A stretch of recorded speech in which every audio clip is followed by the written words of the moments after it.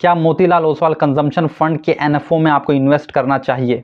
इनका power point presentation में देख रहा था, इसमें इन्होंने मेंशन किया है कि इंडिया का जो जीडीपी पर कैपिटा है अभी वो 2800 यूएसडी के आसपास है, जो कि इन्फ्लेक्शन पॉइंट है। इन्फ्लेक्शन पॉइंट यानी कि इसके बाद जीडीपी पर कैपिटा में शार्प इंक्रीज होगा, जिसके कारण लोगों का डिस्पोजेबल इनकम बढ़ेगा, डिस्क्रिशनरी प्रोडक्ट्स पर वो खर्च करेंगे, क्रेडिट ग्रोथ होगा। तो ये इन्फ्लेक्शन पॉइंट कहाँ से पता चला? इन्होंने चाइना से कंपेयर किया। 2800 यूएसडी का जो अभी इंडिया का जीडीपी पर कैपिटा है वो चाइना ने 2007 में ही अचीव कर लिया था, और 2011 तक चाइना का जीडीपी पर कैपिटा 5000 को क्रॉस कर गया था। तो इंडिया का भी जीडीपी पर कैपिटा 2031 तक 5000 यूएसडी क्रॉस कर जाएगा। और GDP per capita inflection point को क्रॉस करने के बाद चाइना में एयर पैसेंजर ट्रैफिक 11 टाइम्स हो गया, पैसेंजर कार सेल्स 8 टाइम्स हो गया, और कंज्यूमर ड्यूरेबल प्रोडक्ट्स भी 8 टाइम्स ग्रो हुआ है। उस तरीके की चीजें यहाँ पर भी प्ले आउट होने की चांस है। डिस्क्रिशनरी सेगमेंट में जो चीजें आते हैं वो आप स्क्रीन पर देख सकते हैं, ज्वेलरी, अपैरल, फोन्स, टेलीकॉम, ये सारी चीजें जो दिख रही है आपको स्क्रीन पर। साथ ही ये भी ध्यान रखने वाली बात है कि इन्होंने कहा है कि ये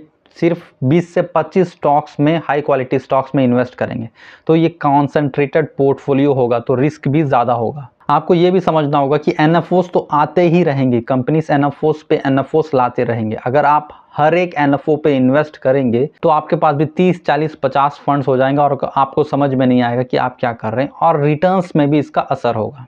ऑलरेडी जो existing flexi cap, mid cap, small cap, large cap funds है जो ऑलरेडी बढ़िया परफॉर्म कर रहे हैं, वो भी ऑलरेडी ग्रोथ कंपनीज में इन्वेस्ट करती हैं, तो एक्स्ट्रा फंड्स लेने की कोई ज़रूरत नहीं है। फिर भी लेकिन अगर आप इन्वेस्ट करना चाहते हैं तो आप अपने फाइनेंशियल एडवाइजर से पूछ सकते हैं या फिर अपने म्यूचुअल फंड डिस्ट्रीब्यूटर से पूछ सकते हैं।